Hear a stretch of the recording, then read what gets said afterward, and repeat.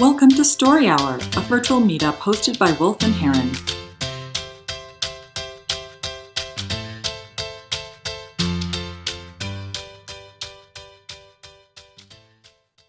First, I felt his eyes scan me with X-ray vision.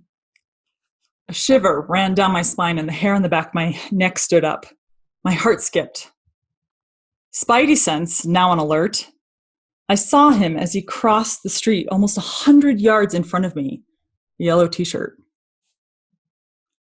I finished my phone call and put my phone into my bag. I glanced at my computer, the $1,000 of cash I had to pay my employees, and the passport I had just renewed.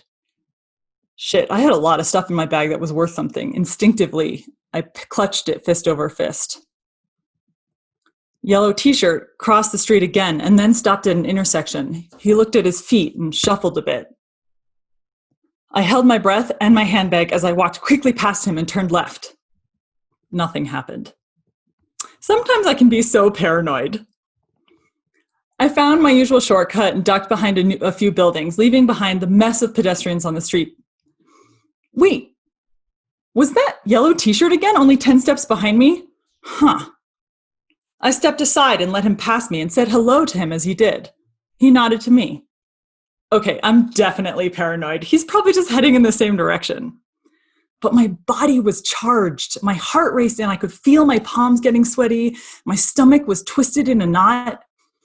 I stepped back on the main street. There he was again, staring in the window of that shop over there. Okay, was I paranoid? I ducked into a store. I didn't speak the local language, but I made a lot of noise, and I pointed at yellow t-shirt. He noticed me noticing him, and then he disappeared behind a group of people walking by. I hesitated. I stood in the shop doorway and craned my neck around to peer around the corners. It was getting dark. I've only got a half mile left to go before I'm home. He's gone. It's fine. I'm going to go. I head out of the store and turn toward home. I approached the halo of the last street lamp before my house. No fucking way. Was that yellow t-shirt I just saw ducking into the bushes? I stopped walking and stood in the lamplight. I looked toward my house, only 200 yards into the darkness. I looked back towards town, now a 20-minute walk away with a lot less foot traffic. Deciding that the best place for me right now was in the center of the light cast by the street lamp, I took out my phone to call my roommate.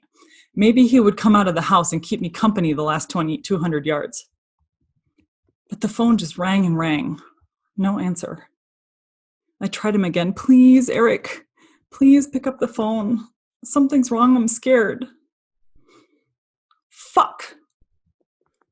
And then yellow t-shirt was there. He grabbed the phone out of my hand and I didn't process. I just clamped my hands down on my handbag and ran. I started running. My shoes fell off my feet as I ran and ran. I ran so hard my skirt ripped off. I screamed at the guard to open my gate as I got within earshot, and then I banged and banged until he came and let me in. And then I cried. I cried. My body couldn't handle the chaos of emotions circling through me, so I cried. Why me? What did I do wrong? Thank goodness I still have my bag. Fuck him. How dare he? Why am I such a weenie? I didn't even yell at him. I just ran away. I'm fine. I'm really fine. It could have been so much worse. Poor guy. That cheap phone is maybe worth $20 and is probably going to feed him tonight. Sometimes I just want to go home. Ugh, I'm such an idiot. All things considered, and with a bit of hindsight, that experience was actually quite mild. A dude managed to get a $20 phone for me. No one was hurt, besides my skirt. And I still had my laptop and cash and passport. But that experience gave me a newfound respect for my gut. My body literally responded to his presence before I even saw him. My stomach screamed that he was stalking me, but my mind kept telling me I was paranoid and making up excuses for him. As a cerebral person, listening to my gut isn't easy, but it's something I'm working on. As entrepreneurs, especially now in the time of COVID, Kara and I are making thousands of decisions every day, and sometimes my gut has an opinion. I hope my brain is smart enough to shut up and listen. Yay! Best story ever. Thank you, Stephanie. What did Stephanie do well? Milo. So I wrote down here that the thing that I specifically liked about the story is that there was so much information missing. Like, I still don't know where she was, what time of the day it was, like what was going on. That sense of lack of information kind of gave me anxiety, which contributed to the emotional way that Stephanie told the story. Mm-hmm. So I think that kind of, it's not as far, but it's kind of like reminds me of the movie Memento, where you're like picking the pieces up together, picking the pieces together as you're moving along. So this was kind of a very cool mystery, suspense, thriller kind of story with some, rated R parts and some language over there. I guess the only question I would have is why would you choose deliberately to use curse words in your story? Was that deliberate, or was that did it just pop out? Shall I answer that? Yeah. Please. It was deliberate. I chose those words because that was in part because that's how I felt. And also because I find the word to be a bit in of itself quite abrasive, which I was trying to add, I think, to some of the emotional energy by choosing that word. Yeah. Molly, please. Well, going off of that, I think I liked the use of the curse words because something you did throughout most of the piece until you got to the end where you sort of tied it all together gave us an insight into your inner monologue, like what you were thinking and feeling and like how you were talking to yourself in those moments. And like that lack of information on the outside of what is actually happening externally is what elevated almost when you would tell us what was happening internally. So the story was really more about what was processing within you. And so those curse words, I think, added to the keep it realness. Yeah, I'd be thinking that too. I'd be thinking a lot more of those words, I think. So I really loved that. And it was and beyond that, you're just a really engaging storyteller. So I think you even almost teared up there a little bit. You were really feeling the emotions that you were sharing, which is really hard to do when you're not in that moment anymore. What else did Stephanie do well? John? Partially echoing that, I could really tell the way that you used tempo and inflection and body language was just masterful. I could tell that you were really in that moment, that you were really had transported back into that moment as you were telling the story. I could tell that. I mean, you made the emotions really come to life with the way that you stated things. And as far as the swearing goes, I did a deep dive on swearing, and there's a bunch of weird research on the appropriate and effective use of swearing, and it was fine. It was actually, I would say, it was actually in good taste and balanced and brought and helped to breathe more life into the story. And also, you had a very good opening. Because the tension was just there immediately from the first line. Awesome. Okay, what can Stephanie experiment with, or what ideas do you have for the next time? Milo, I think I saw your hand first. Yeah, okay. I mean, Molly, if you want to go first, go for it. Go ahead. Okay. So I really like the descriptive words that Stephanie was using, but I feel like there was a lot of, okay, so I'm just going to say that knowing Stephanie for as many years as I have, it's really hard to picture her scared.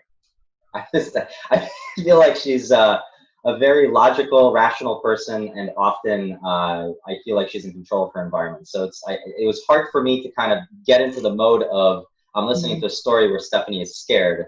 So maybe in the context of having people that know you very well, there would be some benefit in you describing the scenario a little bit better in the beginning, where maybe this was before you had earned your tough skin or something like that. And then as you're going through the story, you're talking through your emotions. But I feel like we mentioned this a couple weeks ago, where you really have to treat people like 5-year-olds when you're telling them emotional stories because of the amount of information that's coming their way, the fact that they're solving it and everything. So when you're kind of talking through the emotions that you have, I feel like it would be very helpful for you to say things like, I felt crazy. Things didn't make sense. It was not logical for me to select one person out of an entire crowd and think that they're somehow danger to me. And I think that can really put people in that space where, yes, now the context of your emotions totally makes sense because you're paranoid and alone and scared. With regard to the end, so that was an important part as well. The end, you tied in the time of Corona and all these other things. I would say that it's quite a generic ending that you could really tack on to any other story. So my advice would be to put a kernel in the beginning of the story somewhere where it ties back. And that way your story is one fluid kind of, idea rather than, the story and then some sort of other piece that kind of you plug in at the end to kind of fill in the time maybe. So it makes perfect sense. And as someone who has traveled quite extensively, it certainly seems very realistic. Molly first, then Stephen. Yeah, I was just going to say the only thing that sticks out to me is that transition from like such an emotional, like tense story to the moral and like the way you tied it at the end. That felt like a pretty harsh transition where I suddenly saw like more business entrepreneurial Stephanie and which is great. I mean, it's an amazing side of you as well, but I feel like there could be a more natural transition there that ties, whether it's like Milo said, having a kernel in the beginning that ties in the end, or just softening that ending a little bit. But that's all that stuck out to me. Thank you. Stephen. So let's review the superpowers that I mentioned earlier, and the one that Stephanie says is hard to do, and that's the pick one theme. Pick one theme. She started off. The first 90% of this talk was wonderfully coherent. It was one struggle between the facts and her emotions and her doubt, and more facts and more emotions and more doubt and actions interspersed to drive all these emotions and things. It was really wonderfully coherent. But I'll echo what a couple other people have also said, that the transition to the moral and the applying it to the present situation felt a little like an appendage.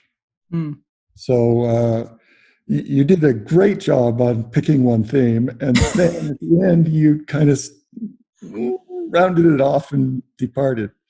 I kind of understand why you want to have a moral, but you didn't need to go that far. Maybe that's all I have. Okay. John and then me. Okay, I'm gonna amicably push back a little bit because I didn't feel that transition was jarring. I think that it depends on your purpose a little bit, and if you're in a business context, I think it was a very clear, smooth transition and appropriate to incorporate into the story. So, if you were telling it in a different context, that might be a bit of because obviously if other people thought that the transition felt forced, there's something to that. I personally didn't feel that way. And maybe it's because it's 11:30 on a Friday morning and I still kind of have my business hat on. But I think the theme is really wonderful, like the struggle between your intuition and logic that we all have to wrestle with in life, especially kind of nerdy, cerebral people, because I think we've all gotten that wrong. And that's something a lot of people can relate to. So if you ever tell this in a different context where you have more than 5 minutes, you could potentially expand on that a little bit, but it really resonated with me. Stephen, is it short? Yeah. Okay, go for it. I happen to know the background of this story. Yeah. And I know there's a couple of very large details that most people would not have left out. And especially in the Black Lives Matter era, she left out a detail that most people would find gripping. So I want to compliment her for pairing those issues off and sticking to one theme. And that's the technique she used. She left out details. Yeah. So my thought, Stephanie, is that this is an interesting one. And it felt a little bit like you worked through the story so much when it comes to being in it at every moment. It was a single event. You bled the present experience of it into it in terms of, I felt this happened, I felt that. Like, it was just a very visual, cinematic, this one scene moment, very physiological, very experiential. And then there was a switch to the theme at the end, which I also felt was a little bit jarring.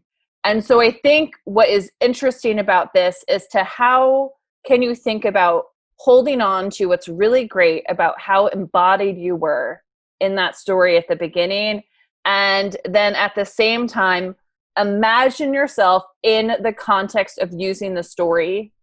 You probably wouldn't spend 5 minutes being that embodied in the story.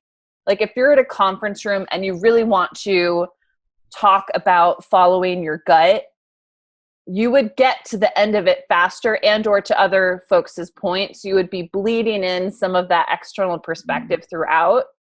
So just think about that. Like, I feel like it was an amazing exercise because it was incredibly visceral and real to push it that far. Now, I think some of the hard work is reining that back a little bit and then building kind of the real situation in which you would tell the story. Like, some people might just tell as an anecdote, like an amazing anecdote, the first part of the story on its own. But if you're going to use it at the beginning of a workshop, in a sales call, like in a certain environment, you probably wouldn't be embodying in that type of a atmosphere. Do you know what I mean? For that whole period of time.